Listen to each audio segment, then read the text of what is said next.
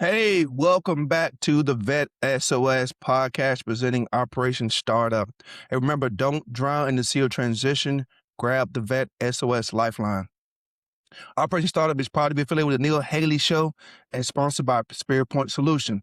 So what is Spirit Point Solution? They are a one-stop shop for leading-edge products, services, and training for your multiple vendors. That's from AI training to corporate gifts and so much more. They have everything you need to help your organization thrive in a modern economy. So check out all the offerings at spiritpointonline.com. And remember, when you go over there, use our code VET S.O.S or anything that you purchase there that will continue to help us in our mission of improving the lives of those who have served. On today's show, we have a very special guest, Mr. John Renken. He is a U.S. Army veteran who spent 20 years training special operations soldiers how to fight. During COVID, he shifted from the battlefield to the boardroom. We're going to talk about that, and built multiple businesses focused on impact and income. Excuse me. He is the owner of Sales Platoon, a DoD SkillBridge program that transitions high-potential active duty service members and veterans into high-performing sales professionals. Through Sales Platoon and his coaching companies, he's helped veterans translate military leadership into civilian revenue-producing careers. John is also an entrepreneur in the travel and outdoor adventure space, building brands that combine freedom, lifestyle, design, and financial independence. His mission is simple: create leverage, build leaders, and provide the veterans. Veterans don't just transition, they dominate. How you doing today, John? Man, I'm doing good. Good, man. You're absolutely right. We definitely dominate when we get out of the service, once we figure out our life. Yep. So let's hop right into it, man. Hey, so your transition out, you personally, when you transition out, now that you're helping other veterans, what was the three biggest thing you learned that helped you when you transition and kind of shape you to who you are today? So I transitioned in the 90s. So the biggest thing I realized was the military don't give two flying flips about us. Yeah. So like literally my chain of command, I got we had, I forget what they call it, ACAP back then. Okay. And so they helped me write a resume, and it's a funny story. You'll get a kick out of it. So I did Ranger School when I was in. I was an infantry guy. I did Ranger School, and everybody was telling me that, dude, you're going to be able to get a job right away. Ranger School, leadership, and I still see this in all of our resumes today. They lean on all their leadership stuff, but that's truly not what companies are hiring for, right? Yeah. So I go to my first job interview with this trumped up resume that they helped me write. And the guy's reading it, and he sees Ranger, and he goes, "So what park were you in?" I was like, "Park." And he goes, "Yeah. Like, what national forest were you in?" I'm like, I was in the Army." And he goes, "Yeah, but it says you're a Ranger. Like, what park were you in?" It was at that point that I realized everybody had lied to me in the military, and all this stuff that I'd done that was supposedly, and it was great. I wouldn't trade it for anything, but all that stuff was just all nonsense. Yeah. So he's thinking you some type of Yogi Bear Yeah, park thought I ranger was a type guy. national park ranger, you know? And I really did come to the conclusion that, you know, internally, the military does prepare us to really live excellent lives, but we have to make that conversion in our own mind. And because the military doesn't know what it doesn't know about the civilian world, and it's obvious. Yes. So, and here we are 30 something years later, and I am seeing it play over and over and over and over. So, Got you. So now you brought up a good question I want to ask. So you talk about that mindset that we need to shift from being told what to do, when to do it, how to do it, what to wear, where to be, where to go. How do we as veterans get to that point where we can make that shift in our mind? Because for me, it took a year or two. I mean, it took some time, because you got to figure it's 20+ year career, and it takes a little bit of time to shift to a whole new world. So what is your advice to those who really may not have quite got that shift yet, or they need some guidance on how to make the shift? yeah. So the biggest thing is, what branch were you in? I was in the Navy. Navy. Okay. So the biggest problem that we could address that would actually help with this mindset shift is that whether we spend 2 or 20 years, we need to start backwards planning our exit from the day that we raise our hand and swear in. And our leadership is not doing that. Our direct line supervisors is not doing that. I don't know about the Navy, but I know in the Army, we backwards planned everything. You Hmm. backwards plan chow, you backwards plan road march, you backwards plan range day, right? We did everything with a backwards plan, except for our transition out of the military. Yeah. So and it doesn't matter if it's, you're doing a 2-year contract or you're going to be there for the long haul and do 20, 30 years. Hmm. From day one, we need to start looking at what does life look like when I'm done here? Because Right. even if I do a 20-year career, I'm retiring at 38. There's at least another 30 good years of life left. Yeah. At least, At least. right? So if we start to think about that now, what does life look like next? It would actually make that transition faster. And we would, and here's the big thing. Like we sabotage ourselves. Being an entrepreneur, I think about money, I think about business, I think about all this stuff differently. Okay. But Hmm. imagine if from day one you had a squared away squad leader or platoon sergeant or platoon leader Yep. who said, "Hey, Maurice, here's what you need to do. Every month, you need to do $150 into your TSP or life insurance or whatever. And Hmm. every time you PCS, you need to buy a house $50,000, $60,000 lower than what you can afford. And when you leave, you rent it out. Yeah. By the time you retired at 20 years, you would have about $5, $6 million in assets. Yep. Then I can work where I want, Hmm. not where I have to keep up my way of life. And the reason we don't do that is because we sabotage ourselves and we don't actually backwards plan our exit from the military. True. So true. So true. So now, so now for yourself, like when you made the transition out, um, what was going on in your life at the time that made you want to go get a actual to become an entrepreneur vice, like you said, taking a safer route where you just went and got a job, maybe get government contracting job, whatever it is we do, or they tell us that's what we're um can do. Why not take that safe route? Why go the entrepreneur route for yourself? Yeah. So, everybody in their personality, right, is going to be driven by either security or opportunity. Mm, So, what I would say to that is so by nature, I'm not a risk averse person. I'm just not. I was a pro fighter. I mean, I've done a bunch of crazy stuff. Man. Jump out of planes, scuba dive. Like I do all kinds of nutty stuff just yeah. in my personal life, let alone, business, right? Hmm. So here's what I would say. Even if you're a risk averse personality, the truth is that you've already spent your career with everybody else telling you what you have to do, when you have to do it, and how much you're going to make to do it. Hmm. Why not bet on yourself and be your own boss and determine how much you can make and when you can take vacation and when you can do what you want to do? Yeah. And so that's why for me, like, you can't tell me how much I can make. I'm going to Yeah. make how much I want to make. Hmm. Right. So entrepreneurialism does come with a bunch of risk and it is nowhere near as safe. However, in our economy today, I would argue that nobody's safe. Yeah. True. Just a couple of years ago, if you remember, there was the massive tech brutalization where they were laying off IT and tech and like just by the hundreds of thousands, right? And that was in 2023, 2024. So, or the end of 2022 through 23 and the beginning of 24. Hmm. Salesforce did something like 500,000 people.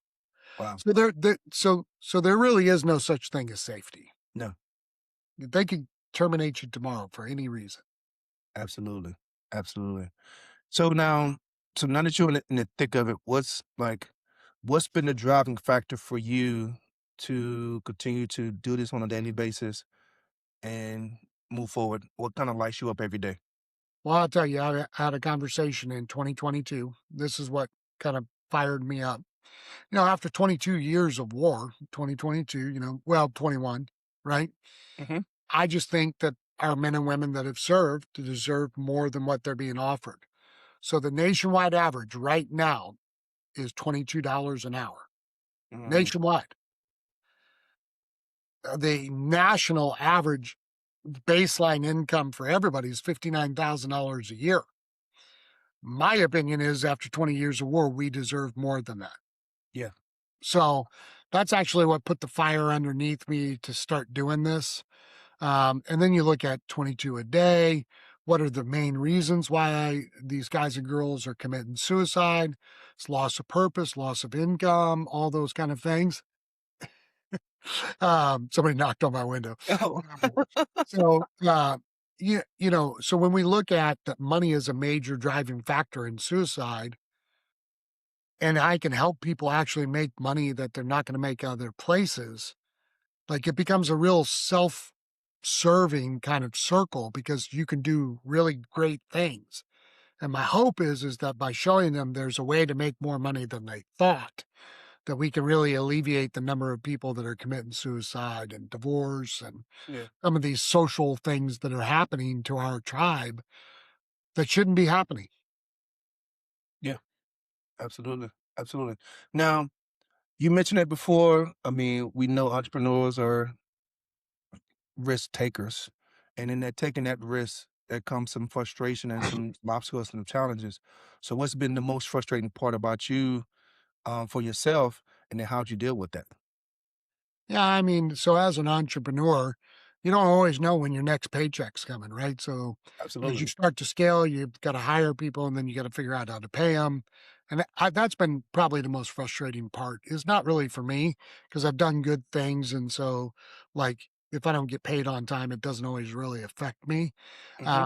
But it does. And it does matter when you've got other people on staff. So Yes. for me, I think that's one of and then the other probably right up there with it is when things just because they're not going to go the way you want them to. Great plans fall apart when you get punched in the face. And Yeah. so, you think that you can do certain things and then you realize that they're either more complex or harder than you thought they were. Those things are very frustrating. And what you've got to do in both of those scenarios is go back to your roots. Who am I? Can I make this happen? Yes, it's a bad day or a bad week this week, but what can I do here? Mhm. And I think if we keep going back to our solid skill sets, how we perform and what we do, it really helps. Or at least it helps me. Got you. Got you. So now you talked about ACAP, or I forgot, I don't know, they called it back in the 90s. I was just They call it probably ACAP back in the 90s. It's called ACAP. TAP So now. now, did you tap into, or have you tapped into any government, or have you veteran programs or business owner programs for veterans? Have you tapped into any of those to help you with launching your business, or you just pretty much started I ground up? bootstrap mine, but so there's Boots to Business now, so there Yep. are government programs out there to help you become an entrepreneur and get you Mhm. funding and all those kind of things. But I didn't know about that stuff when I did this, so I just bootstrapped it. Got you. Got you. So you just basically just got it out the mud. You said, "Hey, I'm gonna just do it, and I'm gonna just Yep. start it." Got you. You didn't get any mentors, anybody showing you what to do? Oh Nope. man, you was just like, "Imma figure Yeah. it out." I just, it's been that way with every career I've done.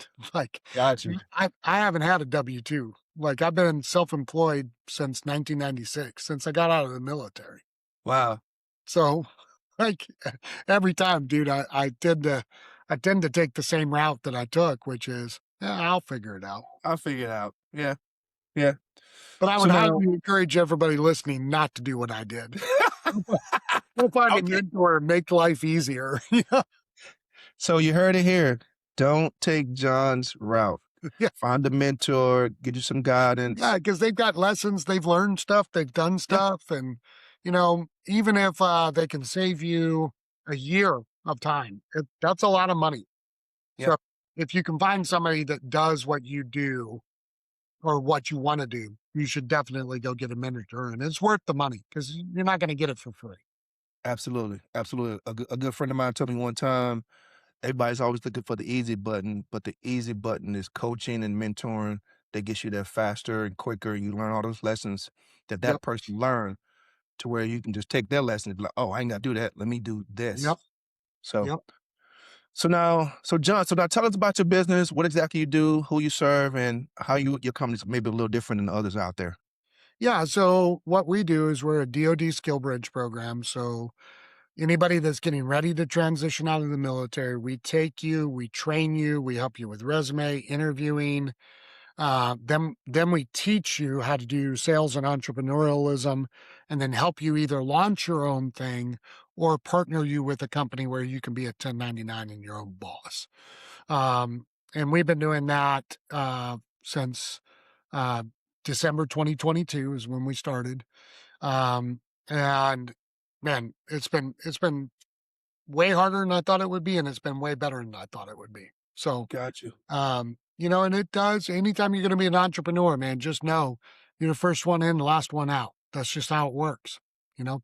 Yeah, But the difference is I control that. I control my time, you know. absolutely. So this week I want, just as an example, today when I'm done with you, as soon as I'm done here, I pack up and I hit the car and hit the road. I'm going to go pick my son up from college. And as an entrepreneur, I can do that. Yep. I have a buddy who makes really great money. His wife and kids went to another country last weekend and they went without him because his company told him, no, can't go, Wow. you know? So Yeah. you have to weigh those things out. Is security worth control? And then Mhm. is risk worth freedom? Yeah, For me, risk is worth freedom. absolutely. Having that full autonomy is definitely a major point for me, and it was really my driving factor as well to become an entrepreneur. Yeah, Uh, for sure. yeah. So, so now, John, how can someone connect with you? Somebody's thinking about getting out, they're ready, or they've been out for a while. How can they get in touch with you, get a hold of your program, and help them transition to a sales job? Yeah, so they can literally throw a stick and connect with us. So you can go to the DoD SkillBridge website. You can go directly to my website, which is mysalesplatoon.com. You can find me on LinkedIn. You can find me on Facebook. You can find me on Instagram. Like it don't matter. If you type in Sales Platoon, it comes up in like 30 different kind of categories. So super easy to connect with us. Got you. So here's another question, and I'm probably sure the people out there are thinking the same thing as I am. Is that a national level program, or does it have to be, is it National, local? National, international, actually. So international. it doesn't matter where you serve at. We got a guy in class right now that's in Germany. Oh wow, Yeah, he's at Ramstein. wow. Okay, okay. Yeah. So All right. Amazing. So you heard it here. Hey, he has Sales Platoon help you transition out to a sales job. Man, why did I know about you 6 years ago when I got out? yeah. Well, the reason why you didn't know is because we weren't around six You years. went around. Yeah, got you. Got you. So John, you've given us some great nuggets, some great tips today. What's the one thing you would give to a active duty member who's getting ready to make that transition out? What would you tell them if they want to go the entrepreneur route? Buckle up. It's going to be hard, but it will be more rewarding than anything else you do. Just buckle Absolutely. up. So there's got to be motivating reasons why you're doing what you're doing. Those reasons, whatever they are, have to be more important to you than the hardships that will come because they will. No matter Yeah, what you do, they're going to come. So what is it that motivates you to become an entrepreneur? So for me, it was I wanted to be a present dad. I've got 4 kids. I've never missed a soccer game. I've never missed a baseball game. I've never missed a wrestling meet. Like I'm there. mhm, And I'm there because I actually created for myself the ability to make money and determine my own schedule. Right. And that's a driver for me. That might not be a driver for you, right? But what is the driver for you? And what is going to be the thing that keeps you pushing even when it gets tough? What is that? got you, got you. And one last question for you, Of John, and I'm gonna course, wrap it up. So now, could do you feel that money can be a only driving factor for entrepreneur? it can be. It can be, but typically it's not a powerful enough driver. I There mean, we go. look, if you're starving, money becomes a really powerful driver, right? Like Yes. if you're on the verge of bankruptcy or, kids got to have medical procedure, money can become a very powerful driver. However, everybody has a breaking limit with that. So I use this example all the time when I talk about entrepreneurialism and making money. If I offered you $150,000 a year, but you have to do a 70-hour work week, you don't get to determine when you go on vacation. They tell you when you can go on vacation. Or I can pay you $50,000 a year. You get to take vacation whenever you want, work whenever you want. It's all on you. Which do you take? So at some point, money stops being the driver. Yeah. Right? Now, for some people, that could be 300,000. It could be 500,000. It could be 50, who knows? Who knows? But at some point, money will not be the motivating factor. Gotcha. Hey, man, John, we really thank you so much for joining us today on the VET S.O.S podcast. So make sure you guys listening right now, you get on to our platforms and subscribe and hear this great interview we just did. So on behalf of the SOS family, we'd like to thank everyone for coming today. You can find all of our podcasts, VET S.O.S, on all your favorite podcast platforms, YouTubes, and all other social media platforms. And when you go on there, make sure you subscribe and follow VET S.O.S so you don't miss anything like these great interviews we just did with Mr. John. Remember, our motto here is don't drown in the SEAL transition. Grab the VET S.O.S Lifeline.